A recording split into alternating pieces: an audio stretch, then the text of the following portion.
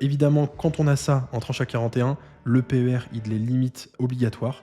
Vous allez créer énormément de patrimoine financier tout en réduisant partiellement vos impôts, faut bien se le dire. Parce qu'aujourd'hui, même si cette personne mettait ne serait-ce que ces 2 lignes, on parle de mettre 10 000 € par an, donc en même temps ce serait 10% de son revenu. 10 000 € par an qui sont mis dessus, c'est 4 100 € d'impôts en moins. Alors c'est énorme, mais en sachant qu'on en a déjà 18 000 de base. Donc c'est très bien, mais ça veut dire que on n'en paye plus de 18, on en paye 14. Alors, toujours très bien, on est content d'en l'avoir réduit, mais on n'a pas tout réduit. Là, si vous voulez gommer cet impôt et le mettre à 0 €, il y a d'autres dispositifs qui existent. C'est pas un Pinel, mais on va retrouver des dispositifs immobiliers, notamment dans l'ancien. On va retrouver le 2 Normandie, très beau bien. On va retrouver le Malraux. Et attention, je le mets, mais je sais qu'il y en a qui connaissent un peu ce dispositif. Le MH, le monument historique. Mais là, par contre, il faut faire du sur-mesure, de toute façon, que ce soit du Malraux.